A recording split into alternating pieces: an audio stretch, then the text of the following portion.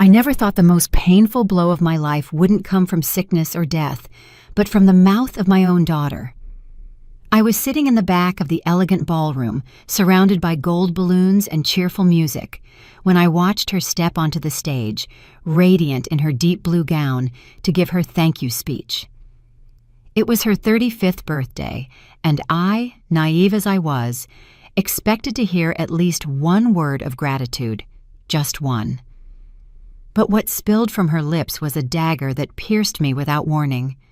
She hugged her mother-in-law, Mrs. Charlotte Sterling, tightly, pulled her up from her seat, and with the microphone in her hand, she declared, "This is the only mother who truly matters to me." The entire room erupted in applause. I saw the smiles, the camera flashes, the bright eyes of the guests, and then, as if that weren't enough, she turned toward me. She added, in that firm voice she had so often used to scream at me in private, "You can go now!" I felt the air rush out of my lungs. My hands trembled on my purse as I desperately tried to hold on to what little dignity I had left. No one looked at me. No one defended me. It was as if I had suddenly been erased from history. I rose slowly, my knees heavy, as my daughter, Naomi Dubois, watched me with that mixture of contempt and triumph I had seen in her eyes so many times before. But just as I took the first step toward the exit, someone else stood up. My daughter-in-law, Lena Hayes. Lena walked with a determined stride toward the stage, took the microphone from Naomi's hands, and with a voice that was shaky yet resolute, she said something that chilled the blood of everyone present. "I can't stay quiet," she began. "Today is your birthday, and yes, you deserve to celebrate. But you also deserve to hear the truth." The silence that followed was so dense that even the background music seemed afraid to continue. Guests exchanged uneasy glances, marked by that discomfort that only appears when they sense something sacred is about to break. Naomi, confused, tried to reclaim the microphone, but Lena held it with both hands as if her life depended on it. "You have always looked down on me," Lena continued. "You've made me feel less than. You've treated me like I wasn't worthy to stand by your side. But you know what? The real mother here isn't the one who applauds your vanity, or the one who smiles for the cameras. The real mother is the one who was with you since you were born, the one who took care of you, the one who sacrificed her life for you, and that woman is standing there while you throw her out of your party as if she were trash." A murmur of astonishment rippled through the room. Paralyzed, I could barely believe what I was hearing. My daughter-in-law, whom I had always viewed as distant, as a stranger to my struggles, was the only one who dared to say out loud what no one else wanted to acknowledge. Naomi paled. She tried to laugh, to pretend this was a misunderstanding. "What are you saying?" she stammered. "This isn't the time for your dramatics." But the damage was already done. The attention was no longer on her. It was on me. For the first time in years, people looked at me directly, as if remembering that I existed, that I was more than just a shadow in my daughter's life. I don't know how long that silence lasted. For me, it was an eternity. I only heard my heart beating loudly, desperately, pounding in my temples. And then I understood. That public humiliation, which I had believed to be my end, was actually the beginning. I left the ballroom that night with my face held high and my eyes dry. There were no tears that could wash away the wound, but there was a resolution beginning to form within me. Something had ignited in my gut. I couldn't keep letting my daughter, the child for whom I had given my life, destroy me over and over again. The cold night air hit my face as I crossed the threshold. I hugged myself and remembered every sacrifice. The sleepless nights caring for her when she was sick, the times I gave up my own dreams to support hers, the years of silence so as not to embarrass her in front of anyone. All of that was reduced to a gesture, to words of contempt spoken into a microphone. As I walked toward my house, I knew nothing would ever be the same. My daughter had sealed our fate with those words, but my daughter-in-law, with her unexpected confession, had opened a crack in that family's perfect facade. A crack I intended to widen until everything collapsed, because if she had the courage to speak, I would have the courage to act. That night, alone in front of the mirror, I repeated the words I hadn't dared to say in the ballroom. I am not going away. I am not giving up. And that is how it all began. People often believe that the love between a mother and daughter is indestructible, like a bond that neither time nor circumstance can break. I believed it too. Perhaps that is why the pain I feel now is so unbearable, because I gave my whole self to a lie that slowly crumbled away. When I think of my daughter's early years, my memory is tinted with tenderness. I remember her as a newborn, with those big dark eyes looking up at me as if I were her entire world. I spent hours holding her in my arms, singing improvised lullabies while exhaustion burned in my back. I didn't care. In every smile, in every first babble, I found a reason to keep breathing. I hadn't had a happy childhood. I grew up in a house where the absence of love was the daily bread. My sickly mother could barely manage me, and my father, with his violent temper, took out his frustration on us. I swore it would be different with my daughter. I swore I would give her everything I didn't have, a safe home, a warm hug, a refuge where she could grow without fear. At first I succeeded, but over time, the roots of that promise began to crack. Her father, my husband Marcus, was never an easy man. He was a hard worker, yes, but also proud and distant. He paid almost no attention to the everyday details that I valued so much. For him, raising a daughter was a secondary task, a duty that fell entirely to me. He became the judge and executioner of my efforts. If she cried, it was my fault. If she got sick, I hadn't taken good care of her. If she acted out, it was because I had been too soft. And my little girl absorbed every word. She grew up hearing from her father that I wasn't enough, that I lacked character, that I wasn't up to his standards. At first she defended me, but over the years she stopped. It was easier to join him than to stay on my side. I remember one afternoon when she was just 12 years old, I had cooked her favorite meal to cheer her up after a tough school test. When I served her plate, she looked at me with disdain and said, "Dad says you're a bad cook." I froze, the knife still in my hand. I asked her if she thought so too, and her response was a shrug, as if my effort meant nothing. That day, I understood that the poison of contempt had already taken root in her heart. The teenage years were even crueler. Every time we argued, she repeated phrases that weren't her own. They were echoes of her father, and later, of her husband's family. "You're outdated. You're in the way. You never gave me what I needed." And I, instead of confronting her, remained silent. I was afraid of losing her. I believed that if I endured, if I held on, someday she would understand everything I did for her. But that day never came. The arrival of her mother-in-law, Charlotte Sterling, completed the sealing of my fate in Naomi's life. That woman, sharp and with a gift for charming people, won her over with attentions and flattery that I never knew how to give so ostentatiously. She had money, connections, and sweet words that sounded like music to ears anxious for recognition. Naomi started comparing me to her, seeing in that woman what I couldn't offer, and each comparison left me further relegated, smaller, more invisible. Slowly, I began to notice that family invitations were shrinking, that the photos she shared on social media never included me, and that in conversations I was merely a footnote, an uncomfortable memory she preferred to hide. When did I lose my daughter? That is the question that keeps me awake at night. Maybe it was the day I accepted silence instead of demanding respect. Maybe it was when I chose to be quiet rather than confront her father. Or perhaps it was even before that, when the pain of my own childhood prevented me from teaching her how to love me. The truth is that while she grew, I faded, and by the time I wanted to react, it was too late. She had replaced me. She had found in another woman the maternal figure I always dreamed of being for her. And yet, here I am. Despite everything, I still feel love. A wounded, mutilated, but still living love. because even though she pointed me out in public, even though she threw me out of her party, even though she told me to leave, I am still her mother. And a mother's heart doesn't obey logic, but an instinct that condemns her to love, even those who hurt her. That is my greatest weakness, and, at the same time, my greatest strength, because that love doesn't mean resignation. On the contrary, it means I won't surrender.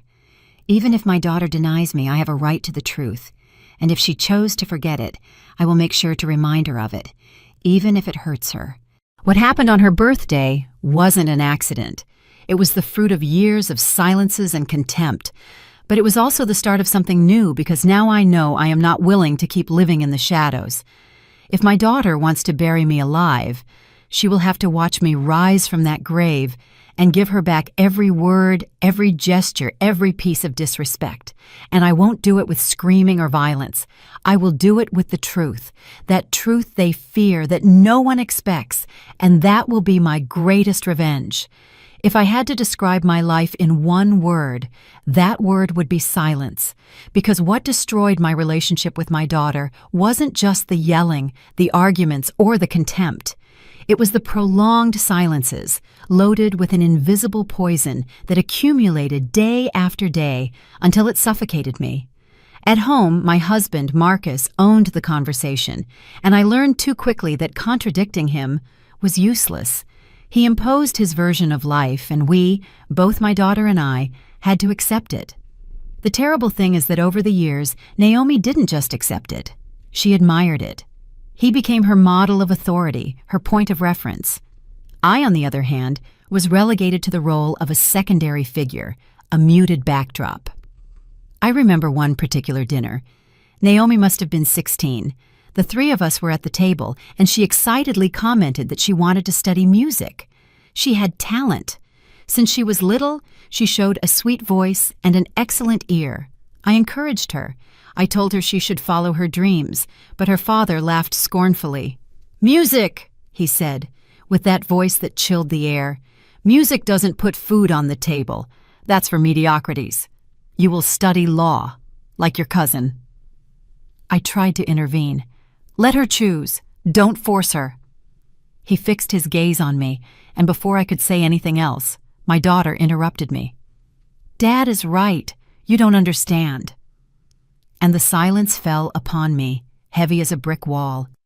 That was just one example among many. Every time I tried to offer support, my voice was buried beneath the echo of his. She grew up convinced that my words were worthless. She learned that her father held the absolute truth, and that I was merely a murmur, background noise that could be ignored. But eventually, that role was taken by someone else, her mother-in-law. When Naomi met the man who would become her husband, Elias Sterling, I thought life would take a new course, maybe an opportunity to find a love that would soften her. However, what I found was another long shadow that displaced me even further. Elias's mother, Charlotte, presented herself as a confident, elegant, charming woman. From the first moment, my daughter was captivated by her. I remember Charlotte's first visit to our house. She arrived with a bouquet of imported flowers and sweet words that sounded fake to me from the start. Even so, Naomi hugged her enthusiastically, and as soon as Charlotte left, commented, "Did you see how amazing she is? She understands me like no one else." I smiled, though something inside me was tearing apart. That, like no one else, was a cruel reminder that I had never managed to occupy the place she needed. The silences became even more painful after that day. Naomi started spending more time with her mother-in-law than with me. She consulted Charlotte first about any important decision. When she had problems, she ran to seek her advice. I stayed on the sidelines, waiting in vain for her to include me, to let me be a part of things. But all I received were cold silences, glances that passed right over me, and short phrases that shut down the conversation. The humiliations came later, almost without my noticing. Comments made in a loud voice in front of other people. "My mother-in-law always has the right words. You wouldn't understand, Mom. She knows how to plan a party, not like you. I feel more like her daughter than yours." Each phrase was a knife, and I swallowed it in silence. I didn't want to confront her. I didn't want to push her further away.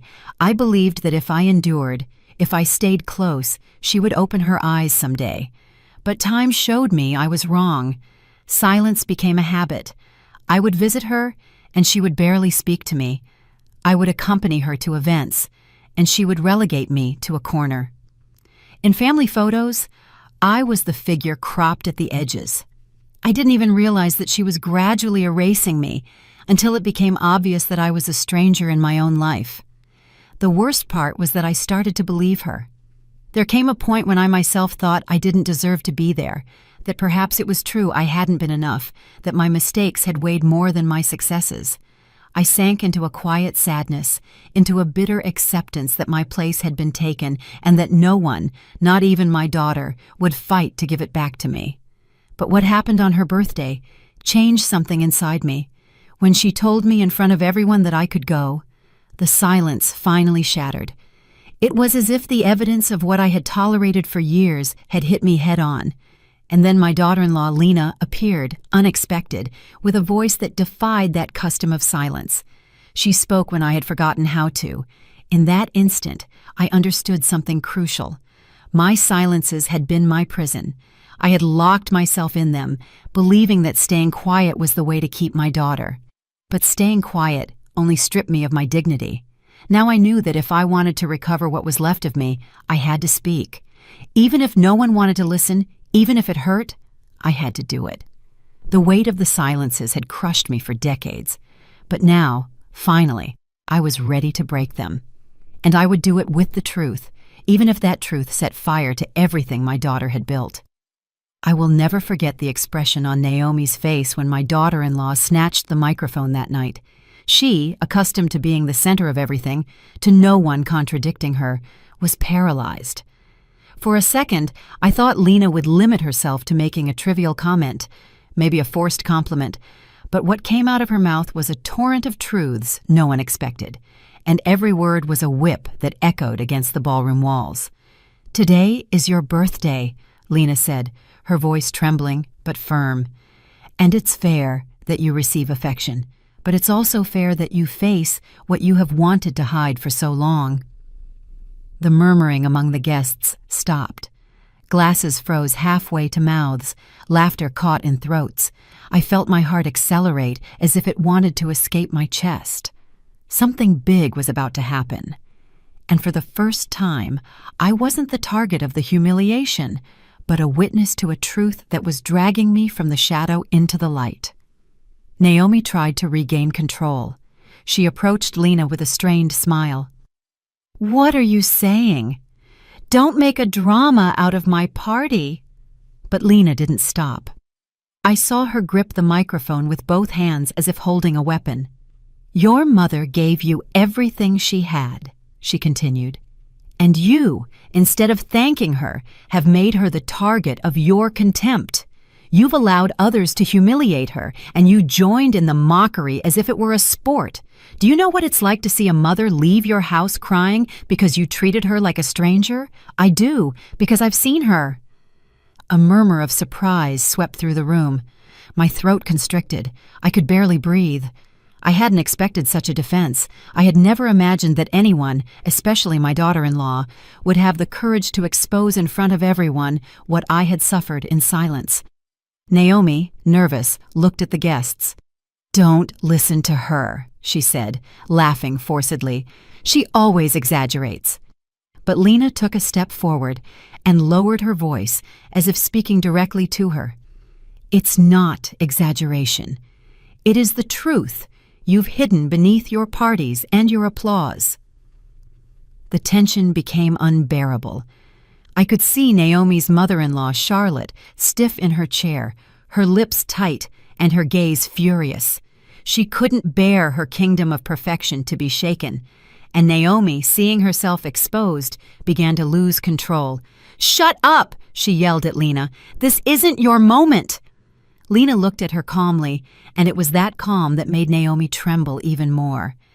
"No, this isn't my moment," she replied. "It is your mother's, the one you snatched away years ago." The words hung in the air like a verdict. I felt my legs tremble, but not from weakness, from a strength I hadn't remembered feeling in a long time. It was as if Lena's voice had returned the dignity I myself had buried. The guests didn't know where to look. Some watched me with pity, others with embarrassment, still others with a mix of surprise and respect. No one dared to applaud this time. It was too real, too raw. Naomi, in contrast, was falling apart. I saw her face shift from rage to humiliation, from arrogance to desperation. She wasn't prepared for someone to confront her, much less in front of everyone. She had always lived believing she could manage appearances, that with a false smile she could hide the rot she carried within. But that night, the masks broke. I wanted to speak. I wanted to seize that moment to say what I had kept bottled up for years, but I held back. It wasn't my turn yet. Sometimes the greatest act of power is silence well used. Lena had lit the fuse, and I had to wait for the exact moment for the explosion to become my weapon. Naomi tried to recompose herself and, in a desperate attempt, hugged her mother-in-law in front of everyone. "She is the mother I always wanted," she said, almost screaming. "I don't need anything else." But the phrase sounded hollow, empty. No one believed it because, after what Lena had revealed, everyone knew it was nothing more than a childish defense, a last, desperate thrashing before sinking. I watched her in silence, with a mixture of pain and compassion. On one hand, she was still my daughter, the child I once carried and soothed during nights of fever. But on the other, I no longer recognized her. She was a woman consumed by her own pride, unable to see beyond her ego. That night, I knew the war between us had stopped being invisible. Now it was public. And in a public war, the winner isn't the one who screams loudest, but the one who knows how to wait and strike at the right time. Lena looked at me from the stage, and in her eyes, I saw something I'd never seen before: complicity. It was as if she were telling me without words that I wasn't alone, that someone was willing to testify to what I had lived through. And then I understood that this birthday, which had begun as my condemnation, had turned into my opportunity, because Lena's words weren't the end of the humiliation. They were the beginning of my retribution. That night, after the birthday party, I returned home with an exhausted body and a wounded heart, but also with a mind ablaze. Lena's words had opened a crack in the facade Naomi had constructed for years, and as I took off my dress and let down my hair in front of the mirror, memories started falling over me like stones. Scenes from a past whose wounds never closed, episodes that had scarred me invisibly. I close my eyes and see her as a little girl, barely 5 years old, running toward me with a bunch of wildflowers she had picked in the yard. "You're the best mommy in the world," she told me then with a smile that lit up my soul. That memory haunts me because it proves there was a time when I meant everything to her, and it hurts to ask myself when I stopped being that. As the years passed, the sweet gestures faded. I remember her adolescence as an especially cruel phase. There were days when she came home from school, threw her backpack on the couch, and walked right past me without greeting me, without looking at me. I tried to reach out, asking her how her day was, or if she needed anything. She answered in monosyllables, or with that silence that hurt more than any insult. One day, when she was 15, we argued because she had arrived home late. I was worried. I had waited up for her with dinner served. When she came in, I asked her to explain where she had been. She looked at me with a mix of annoyance and contempt and said, "You are nobody to question me." That sentence split me in two. It wasn't just adolescent rebellion. It was a conscious rejection, a direct cut to my role as a mother. That night, I cried in silence, with the table still set and the food cold on the plates. Another episode was branded on my skin like a burn. It was at her high school graduation. I worked so hard to prepare everything: her dress, the dinner, the details I thought would make her happy. And at the end of the event, when the organizers asked students to go on stage with their parents, she first sought out her father. I went up too, but when I tried to take her hand, she discreetly pulled it away. No one noticed, except me, and that tiny gesture broke my heart. It was as if she wanted to erase me even from the photos that would immortalize her in that important moment.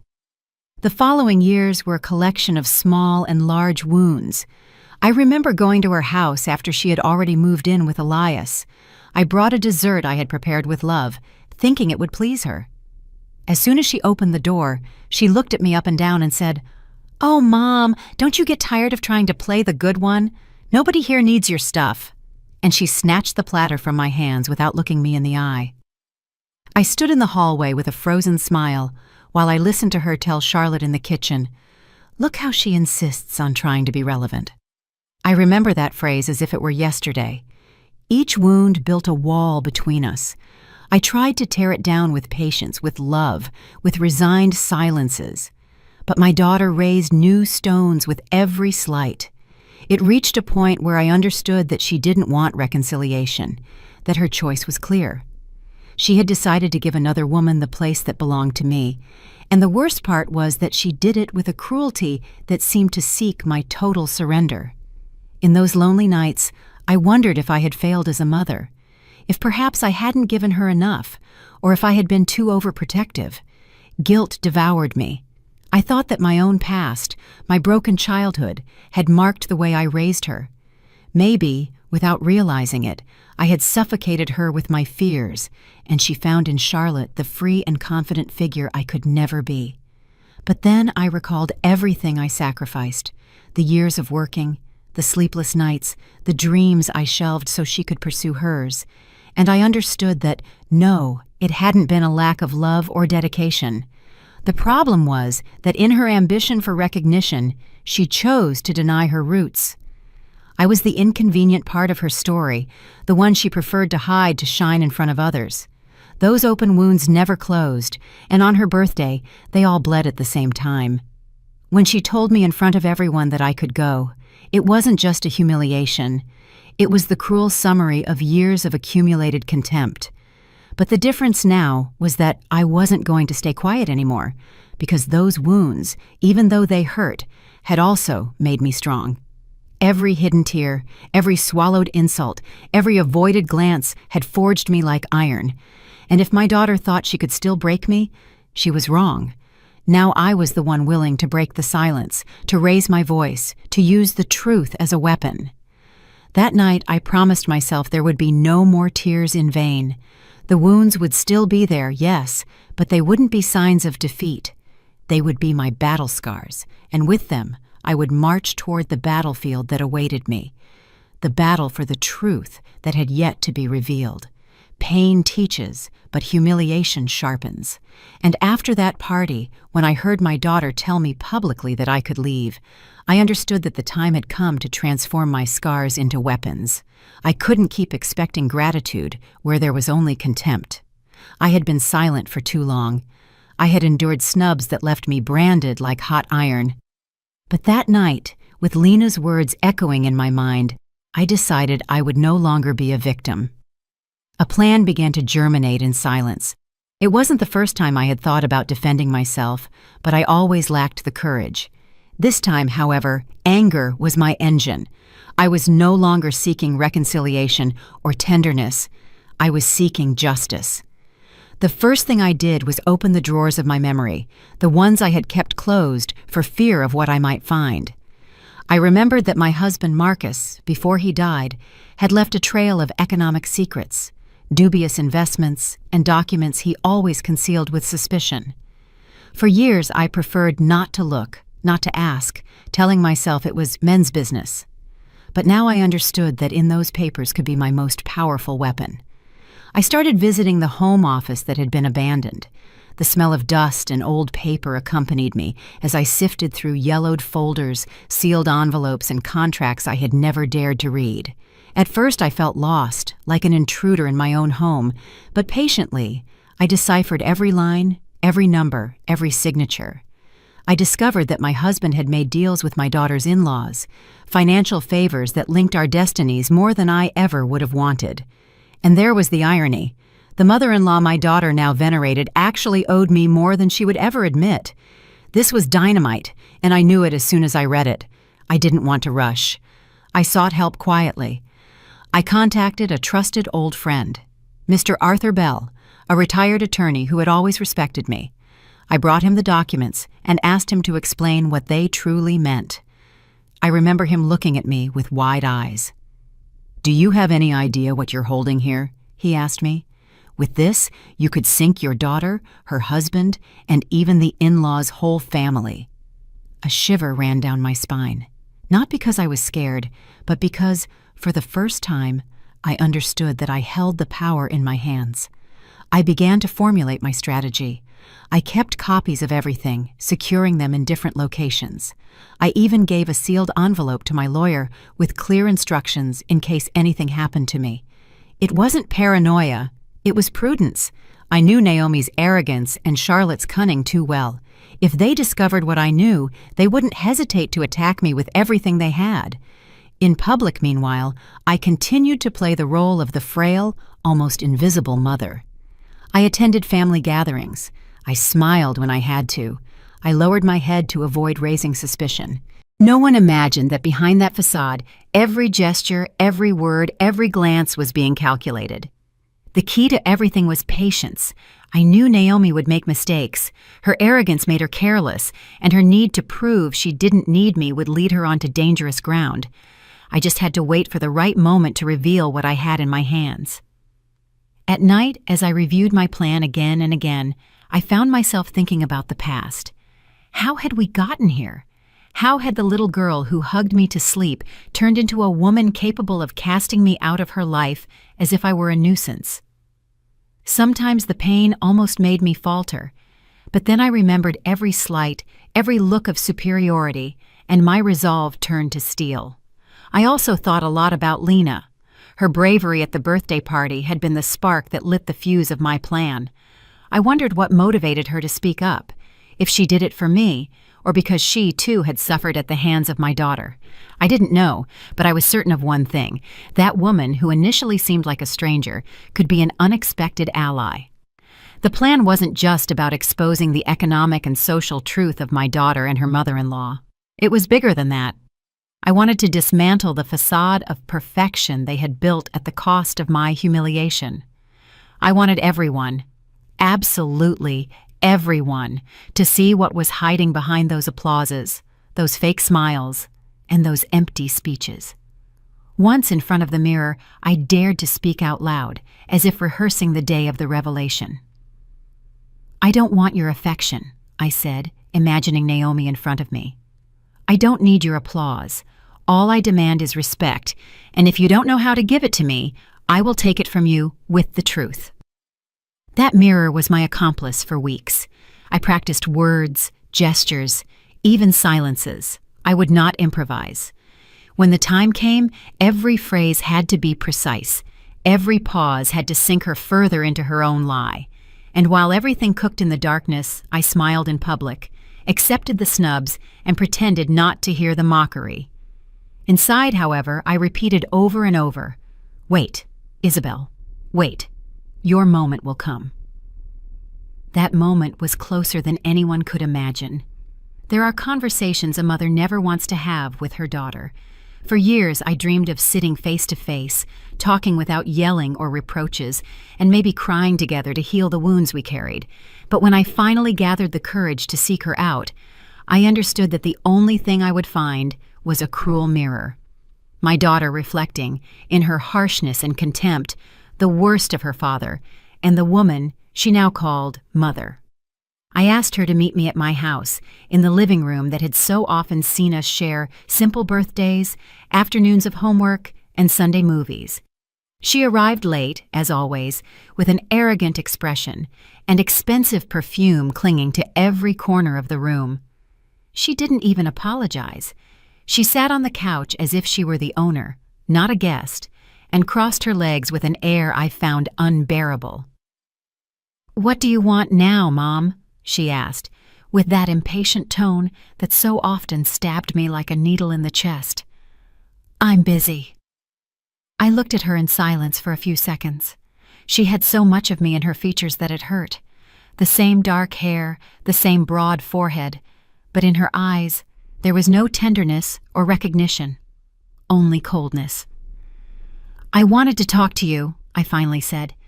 "Not as enemies, but as mother and daughter." She laughed, a dry chuckle that tore me apart inside. "Mother and daughter? We stopped being that a long time ago." I bit my lip. I didn't want to cry, not in front of her. "Why, honey? Why do you hate me so much?" Her answer was a look filled with resentment. "Because you were never enough. Always small, always subdued, always begging for a place. Dad was right. You were a nuisance, and I didn't want to be like you." I felt the blow like a sledgehammer to the stomach. Hearing the same words her father had thrown at me so many times coming from her mouth was unbearable. It was like reliving all the years of humiliation, amplified by the voice of my own blood. "Everything I did was for you," I whispered, barely audible. "I gave up my dreams, my life, so you could have what I didn't." "And what good was it?" she interrupted. "You never gave me what I needed. Self-respect, pride. I found that with my other mother. She taught me to be strong, to not depend on anyone, to have presence. You, on the other hand, were always everyone's shadow." Her words made me tremble, but they also ignited me. "Presence?" I said, raising my voice. "You call trampling your mother presence, erasing your history. That woman wasn't with you during nights of fever. She didn't walk with you to school in the rain. She didn't sell her belongings to buy you your textbooks. That woman only appeared once you were already made, when it was easy to hang on to your pride." She looked away, uncomfortable for the first time, but her pride wouldn't let her back down. "What's done is done. You chose to be invisible. Don't blame me for finding another figure who represents me better." I froze. It was the confirmation that I had lost her, that no word, no memory, and no sacrifice could undo the wall she had built between us. However, something changed in me at that instant. I no longer felt sadness. I felt fury, a cold, calculated fury that didn't lead to shouting or pleading, but to the certainty that I had to move forward with my plan. She had made her decision to deny me. I would make mine, to prove to her that not everything in life can be erased or replaced. "All right," I said, standing up. "If that's what you think, then there's nothing more to say." She smiled with that triumphant smirk I knew too well. "Finally, you understand." But she understood nothing, because while she thought she had defeated me, I already held the pieces that would collapse the castle of arrogance she had built with her mother-in-law. I walked her to the door. Before leaving, she turned and delivered one last blow. "When I talk about my mother, I don't think of you. Get used to it." I closed the door softly, my heart ablaze. I leaned against the wood and let out a deep sigh. I didn't cry, not anymore, because instead of tears, what coursed through me was a new energy, an absolute certainty. She had given me the final reason not to stop. In that moment, I understood that my daughter had become the mirror of everything I hated. Her father's arrogance, her mother-in-law's manipulation, the coldness of misunderstood power, and I would no longer try to save her from herself. My mission was now different, to rip that mirror away and show it to her in front of everyone, even if it was the last thing I ever did. Because if she wanted to see me as a shadow, she would learn that shadows also know how to envelop everything, until they choke out the light that believes itself eternal. Just when I thought everything would remain confined to that private confrontation with my daughter, the unexpected voice of my daughter-in-law, Lena, reappeared. She, who had ignited the first spark at that birthday party, returned with even greater force. And this time, she didn't just speak for me. She spoke out against the entire facade that Naomi and Charlotte had constructed over the years. It happened at a family reunion, one of those events that seemed designed to display a perfect portrait. It was Naomi and Elias's wedding anniversary, and the event hall was decorated with a luxury that bordered on ostentation. Guests, imported flowers, cameras capturing every gesture. I had decided to attend, not out of affection, but because I knew these occasions were the ideal stage for masks to crack, and I wasn't wrong. Naomi's mother-in-law, Charlotte, dressed in an elegant designer suit with a practiced smile, strutted around like a queen among the attendees. Naomi followed her like a satellite, celebrating every word, every gesture, as if Charlotte were the only sun illuminating her life. I sat in a corner, invisible as usual, but with my eyes wide open. I waited. It was then that Lena, dressed simply, but with the dignity of someone who needs no adornments, stood up from her table. Her clear voice called for silence. No one understood what was about to happen, but everyone obeyed. "There are things that must be said," she began, "because one cannot live eternally behind appearances." The murmur of discomfort ran through the room. Charlotte arched her eyebrows, surprised. Naomi paled, perhaps recalling the scene from her birthday. I, however, leaned forward, my heart pounding hard. I knew something big was about to erupt. "You," Lena continued, looking directly at Charlotte, "have played the role of the perfect mother, the unimpeachable woman, the figure everyone must admire, for years. But I know what you're hiding. I know about the accounts you moved in silence, the shady business you dragged your son, Elias, and consequently my husband Joshua into. And I also know how you manipulated my sister-in-law Naomi, making her believe you were the only mother she deserved." An icy silence invaded the ballroom. I saw Charlotte's smile shatter, her face tightening with contained fury. Naomi, desperate, tried to interrupt her. "Stop it now! What are you trying to do with this? It's ridiculous!" But Lena didn't stop. "What I'm trying to do is tell the truth. Or do you want me to show the documents I'm holding? Because I have them. I've seen transfers, contracts with false names, agreements signed behind the family's back." The guests began to whisper. Some discreetly pulled out their cell phones. Others exchanged astonished glances. The perfect scene crumbled like a house of cards under an unexpected breath. I watched everything with a mixture of vertigo and satisfaction. I hadn't lifted a finger, but my daughter-in-law was fighting the battle I had planned in silence. It was as if fate had placed an ally I never sought on my path, someone who had also suffered under that family's manipulations and was no longer willing to keep quiet. Charlotte finally stood up. Her voice, charged with anger, resonated in the hall. "This is slander, a lie invented to destroy me." But her hands were shaking. That tremor was the clearest confession. She was afraid. Naomi ran toward her, embracing her in front of everyone, as if that gesture could protect her. "Don't listen to her," she cried. "It's just envy, a trap." However, her words no longer carried the same weight. No one listened to her with credibility. The shadow of doubt had fallen over their impeccable stage, and in these environments a shadow is enough to extinguish all the lights.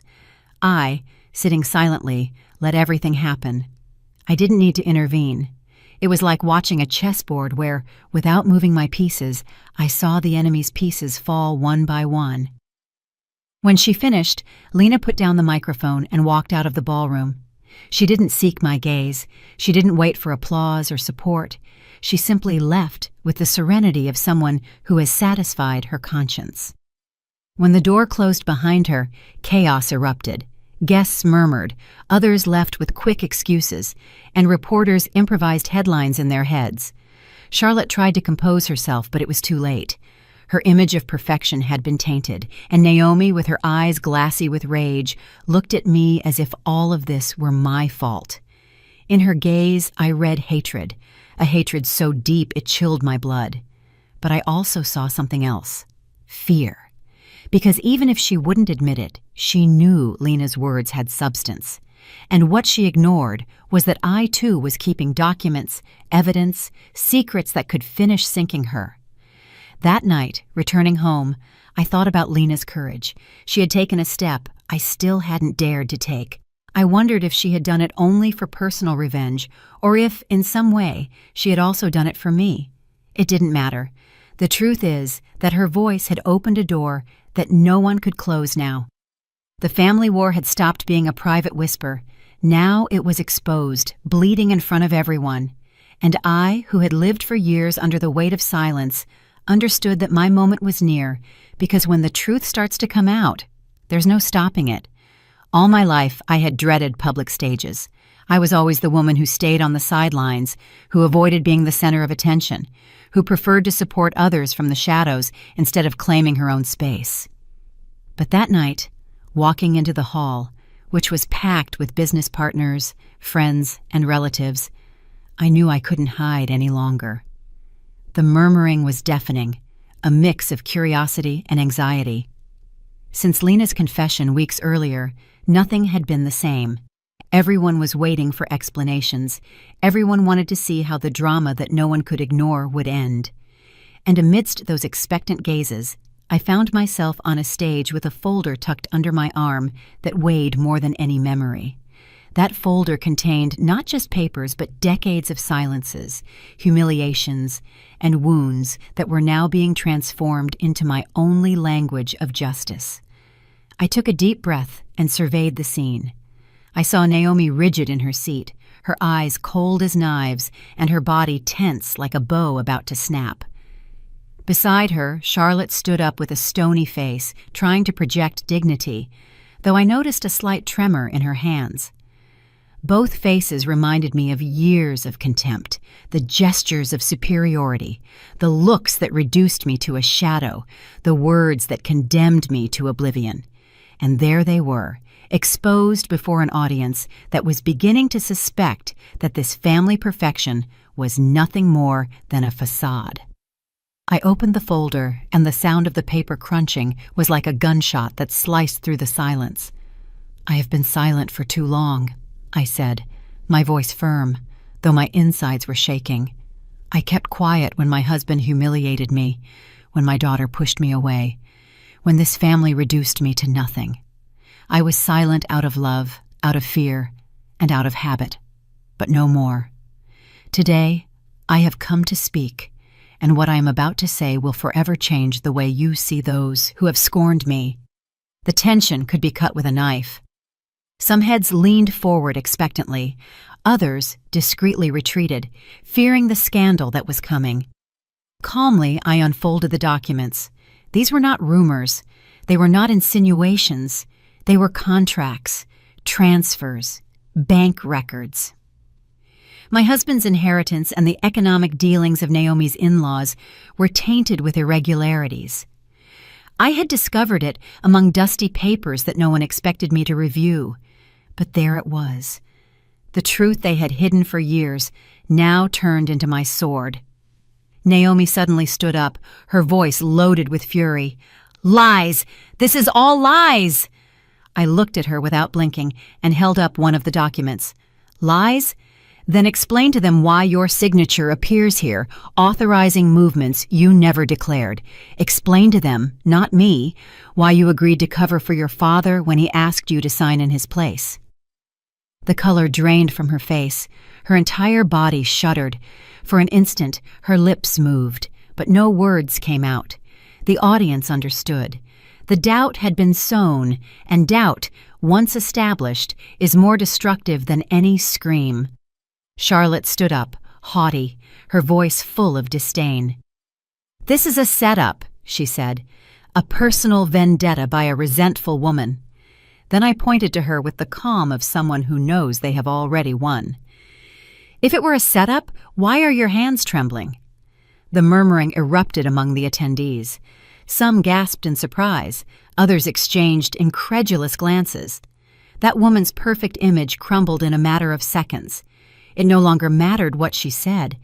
The tremor in her hands spoke louder than her voice.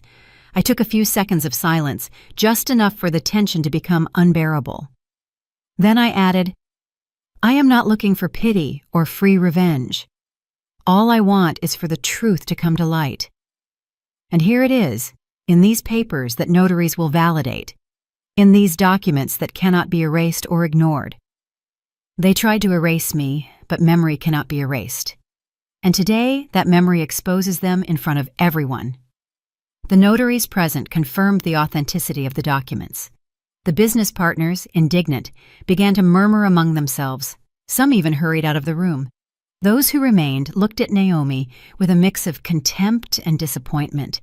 She collapsed into her chair, her eyes overflowing with tears that were not of repentance, but of rage.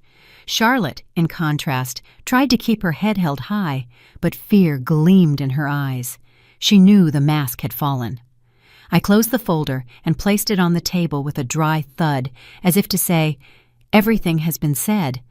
I didn't need to yell. My quiet, measured voice was more devastating than their screams of desperation. I walked toward the exit, while the room stirred with whispers, accusing looks, and the echo of a truth that no one could stop now. Before leaving, I turned one last time. I looked at my daughter, huddled in her seat, her face buried in her hands. My voice was clear, firm, definitive. I didn't leave, and I will never leave. I am your mother, even if you deny me, even if you hate me, and my voice will always haunt you. And then I walked through the door. Outside, the night was cold, but a flame burned in my chest that would never be extinguished. It wasn't joy I felt, nor peace. It was justice. A justice that had taken years to arrive, but finally rose with the force of thunder. The night after the public confrontation was the first in many years that I slept without waking up in fear. I didn't dream of yelling, nor contempt, nor scenes where my daughter turned her back on me. I didn't dream at all, and that emptiness was more restorative than any illusion. Upon waking, however, I understood that one more step remained. I had unmasked my daughter and her mother-in-law. I had restored the truth to the place from which they had snatched it. But I still had to decide what to do with what was left: my inheritance, my name, my legacy. For decades, I believed that the assets were something distant from me, that everything belonged to my husband, and that I was only the invisible guardian who kept them in order. But in my hands now were the deeds, the accounts, the contracts that proved that a large part of that fortune, directly or indirectly, belonged to me. Yet what I valued most was not the money. It was the opportunity to decide. That power of decision, which had been denied to me all my life, was finally mine. I didn't want to repeat history. I didn't want to perpetuate the chain of arrogance and contempt that had destroyed my family. If my daughter had denied me as a mother, I would deny her as an heiress. I met with my attorney, Mr. Bell, at his office. He placed a draft of a will we had worked on in secret weeks before on the table. I read it slowly, savoring every word. It clearly established that Naomi was excluded from the inheritance, that she would not receive a single cent or a single property. Everything would be designated to a fund for young adults aging out of foster care and women who are survivors of domestic violence. A smaller but significant portion would be left to my daughter-in-law, Lena, the only one who had the courage to raise her voice when everyone else was silent. Mr. Bell looked at me cautiously, as if afraid I would regret it. "Are you completely sure?" he asked. I nodded firmly, surer than I had been about anything else in my life. "My grandchildren will have to forge their own path without relying on a family name, and my daughter will learn, even if it's too late, that not everything in this life can be bought with arrogance."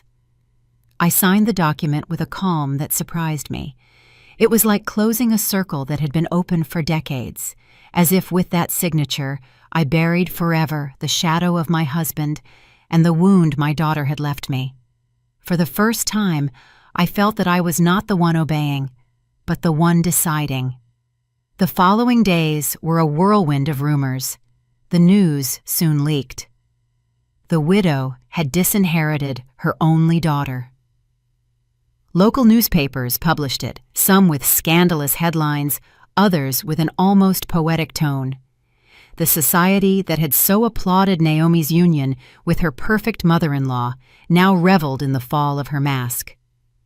And amidst all that commotion, I remained calm, watching from my window as the storm raged outside. The reaction didn't take long to arrive. One afternoon, Naomi burst into my house without announcing herself. She was distraught, her eyes red from crying or yelling, I don't know which. She confronted me in the living room with the fury of someone who feels everything she had is slipping through her fingers. "How could you do this to me?" she yelled. "I'm your daughter, your only daughter." I looked at her calmly. "Naomi, do you remember that night when you told everyone you could go? That day, you were the one who renounced me." Her lips trembled. She tried to reply but found no words. I continued speaking, this time without trembling, without fear. "You had me your whole life, and you despised me. Now you will have to learn what it means to live without me, without my support, without my inheritance.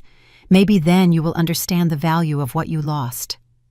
She stood there for a few seconds, as if waiting for me to break down, to regret it, to run and hug her. But I didn't. I stood tall, my head held high, showing her that the invisible woman no longer existed. Finally, she slammed the door as she left, and her fury was trapped within the walls while I remained at peace. Over time, my decision began to bear fruit. The foundation I created opened its doors. Young people who had never had a home found shelter. Women who had been silenced regained their voice. And seeing their illuminated faces, I understood that this was the true legacy I wanted to leave. Not riches tainted by deceit, not the empty titles of a broken family, but something that truly transformed lives. Sometimes at night, I think about my daughter. I wonder if she will ever understand that what I did was not out of hatred, but out of justice. Maybe she will understand one day, maybe never. It doesn't matter anymore. My life can no longer revolve around her contempt. Now it revolves around something bigger, my recovered dignity. I look in the mirror and no longer see the broken woman begging for love. I see someone who survived humiliation, who walked through the shadows and knew how to wait for the moment to rise up. And though I know that loneliness will continue to accompany me, it doesn't frighten me. I prefer dignified solitude to poisoned company. That is my true triumph. That when they speak of me, they don't remember me as the forgotten mother, but as the woman who refused to be erased, who transformed pain into justice, and who, even wounded, knew how to get back up. That is my legacy. Did you like my story? And which city are you listening from? Let's meet in the comments. If you liked the story, you can support me by sending a super thanks so I can keep bringing more stories like this. Thank you so much for your sweet support. I'm looking forward to your comments on the story. On the screen, you can see 2 new life stories that I highly recommend. There's so much more on my channel. Don't forget to subscribe. See you in the next life story with love and respect.